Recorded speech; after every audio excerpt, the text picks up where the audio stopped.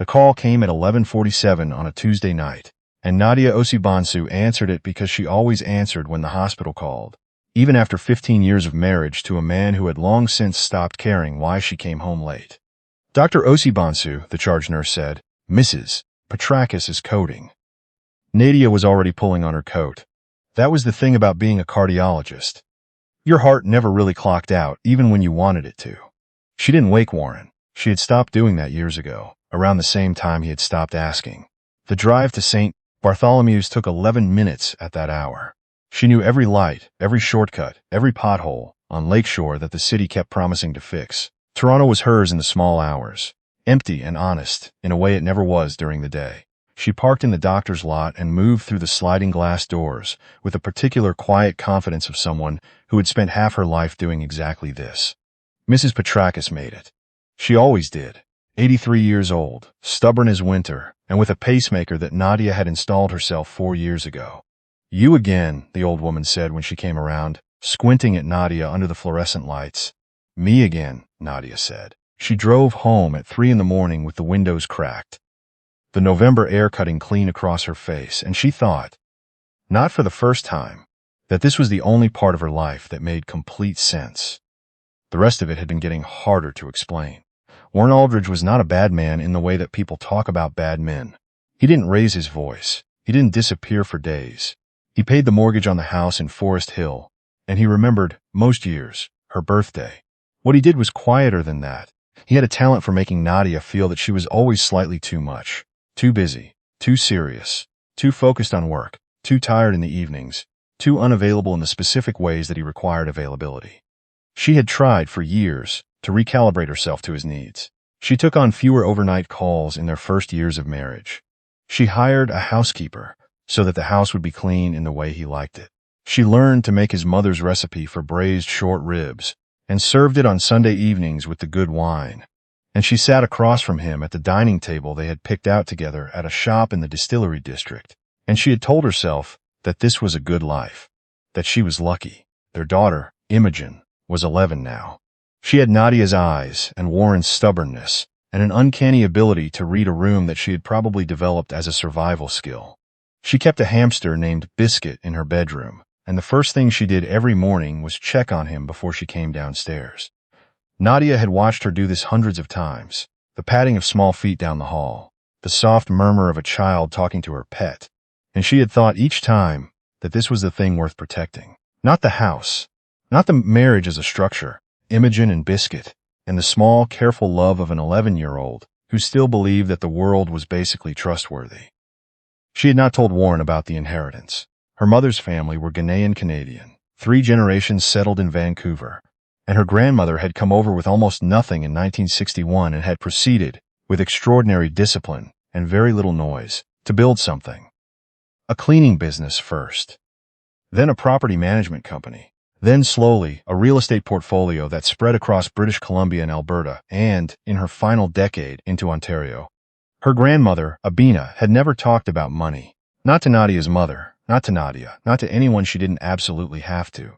She had lived in the same house in East Vancouver for 50 years, and driven a sensible car, and given generously to her church and her grandchildren's education, and said almost nothing about the rest.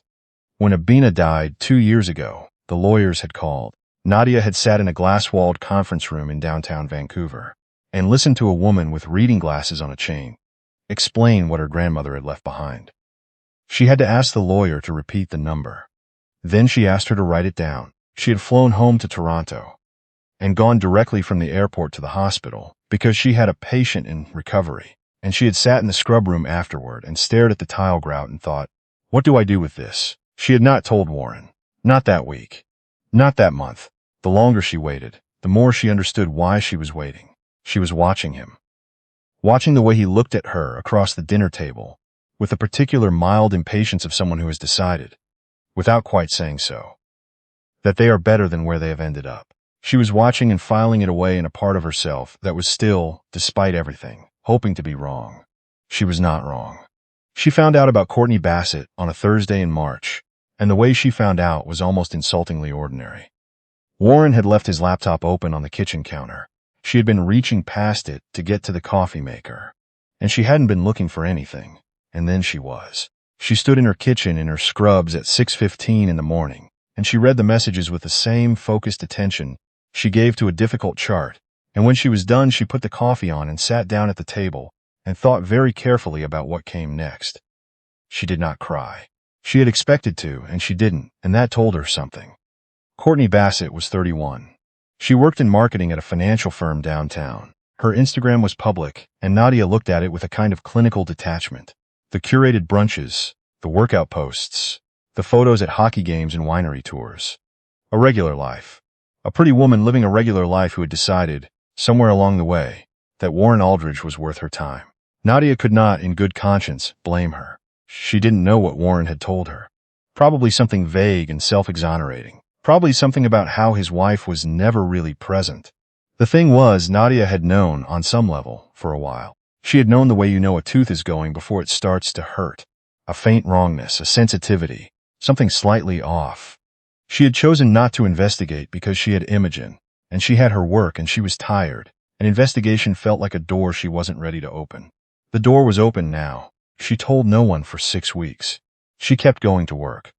She came home and made dinner and helped Imogen with her homework, and watched Warren move through their house with the particular ease of a man who believed himself undiscovered. And she said nothing. She called her lawyer, not a divorce lawyer yet, just her lawyer, a woman named Priya Sethi, who had been handling her affairs since the inheritance, who was the only person in Toronto who knew the full picture. And she had a conversation she did not record anywhere. Then she started to plan. The evening it ended began unremarkably. Warren had suggested dinner. A real dinner, he said, like they used to. There was a restaurant in Yorkville that had just gotten its second Michelin star, and he had made a reservation weeks in advance, and something about that had made Nadia feel almost sad. The effort, the performance of effort. She arranged for Imogen to stay with Nadia's closest friend, Amma, who lived 3 blocks away and had 2 kids and a golden retriever named Chester, and who had looked at Nadia with a careful, knowing expression when she came to drop Imogen off. "You okay?" Amma had asked quietly with Imogen out of earshot. "I will be," Nadia had said. She wore the blue dress. She had bought it before the marriage, before the inheritance, before any of this. She had bought it in her residency. A splurge, a beautiful deep indigo wrap dress that she had worn to a conference in Montreal and felt like herself in. She wanted to feel like herself tonight. They took a cab to Yorkville. Warren talked about a colleague's renovation project the entire way, and Nadia listened and said the appropriate things, and watched the city slide past the window. The restaurant was beautiful, as expected. Warm wood and low lighting, and the hushed atmosphere of a place where people came to feel important. The maitre recognized Warren. He had been here before, Nadia noted, and filed that away, and led them to a table near the window. They ordered. Warren chose the wine with the careful deliberateness of a man who wanted to be seen making a choice. Nadia drank her water and looked at him across the table and thought, "I have loved you. I am certain I did. I'm not entirely sure when that stopped." It was the wine that started it, or something the wine unlocked in him.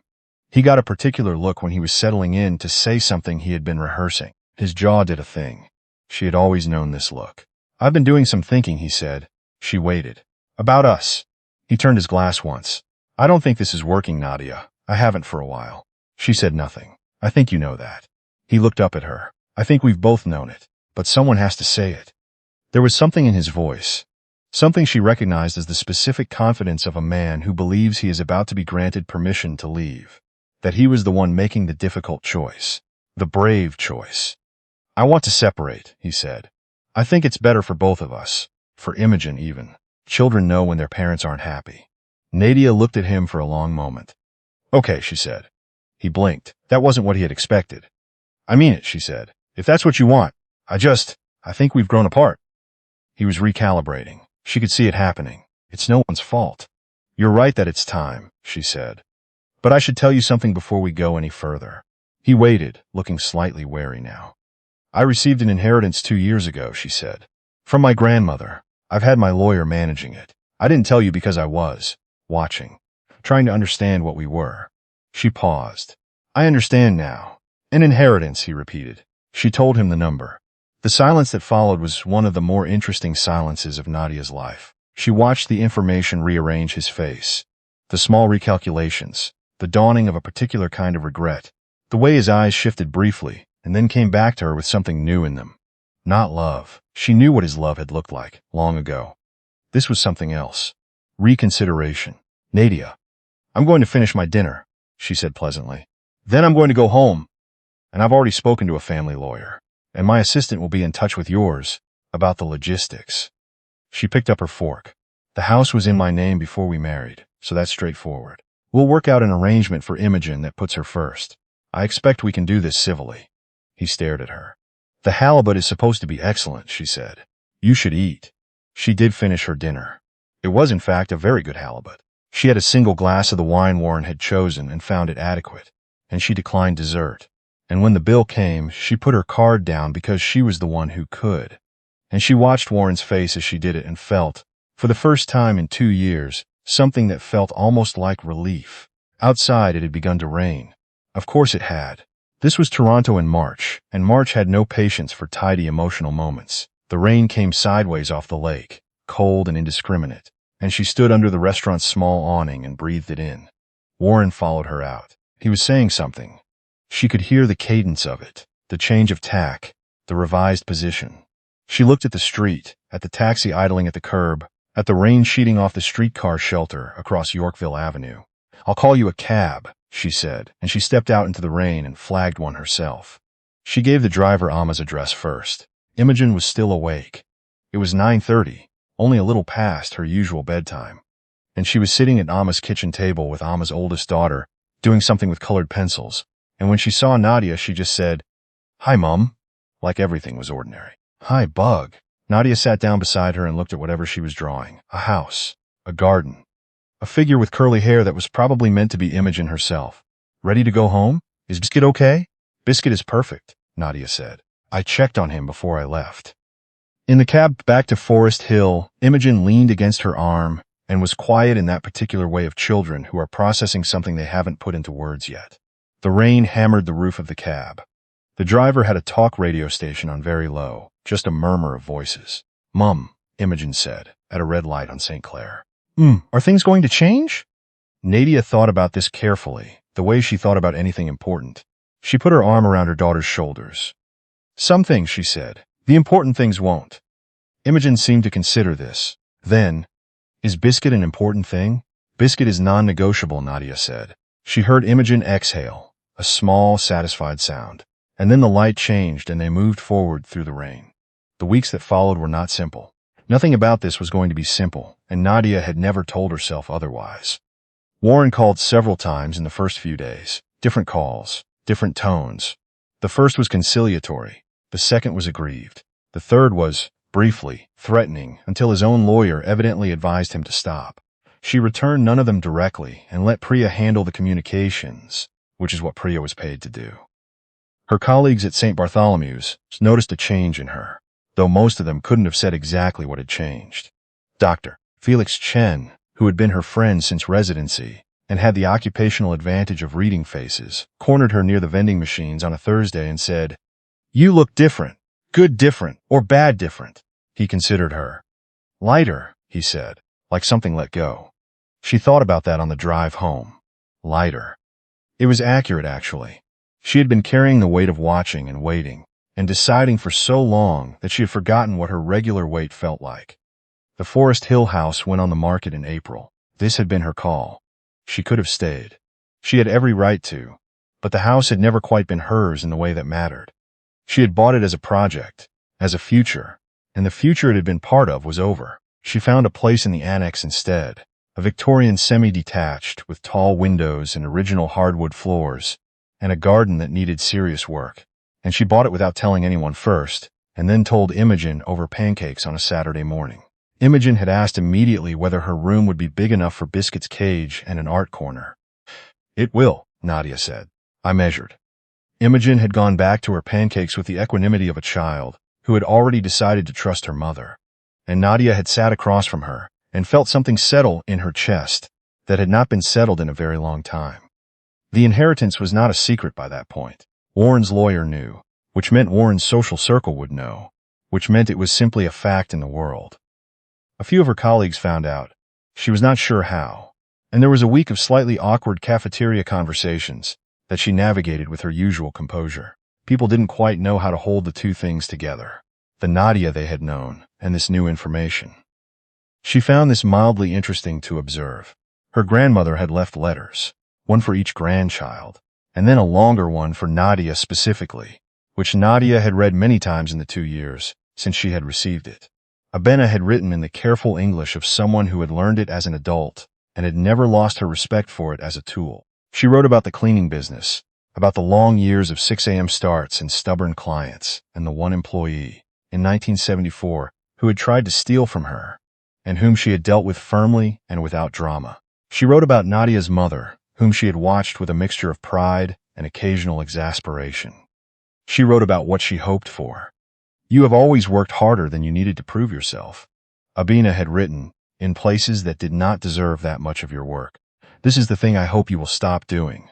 Not the working, the proving. You don't owe anyone a demonstration of your worth. I built all of this so that you would know that." Nadia had read that passage in a conference room in Vancouver, with a lawyer watching her carefully, and she had thought she was holding it together, and then she had not been. She had read it again, many times, in the 2 years since. She read it the night after the dinner in Yorkville. She read it on the first night in the annex house, sitting on the floor of the empty living room, with a cup of tea, with Imogen asleep upstairs and Biscuit's cage making small rustling noises in the room above her. She had built all of this so that you would know.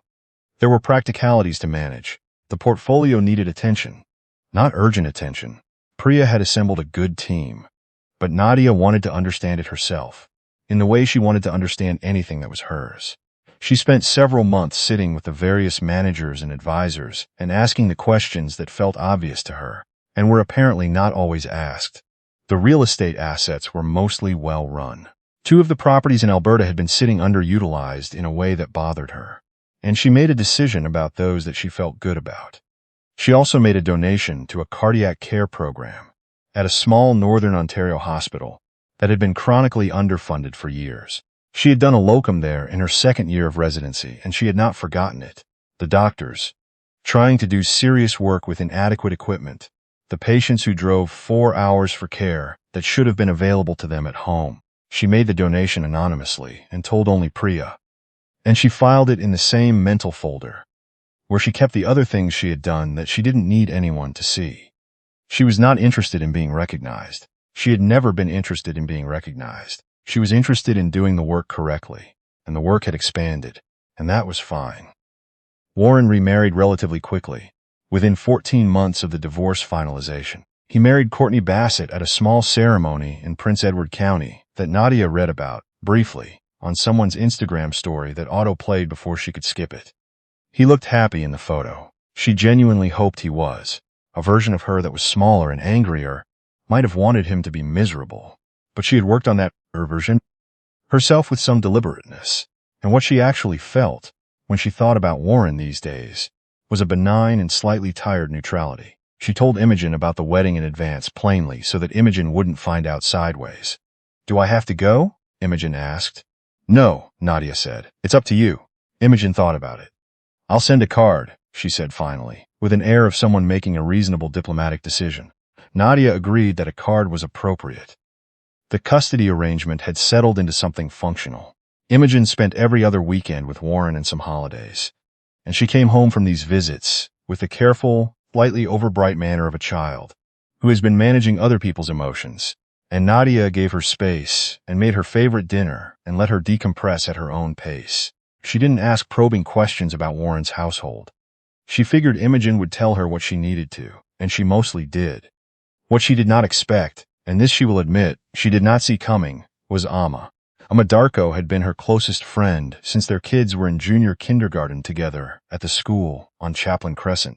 She was a family doctor with a practice in Rosedale, and a loud laugh, and a habit of texting voice memos instead of typing, because she said typing was for people with more time than she had. She had been steadfastly, quietly present through everything. Through the late nights, when Nadia had been trying to hold the marriage together. Through the discovery. Through the dinner in Yorkville. Through the move. What Nadia had not known was that Amma had been watching her, in the same way Nadia had spent years watching Warren. Not for evidence of betrayal.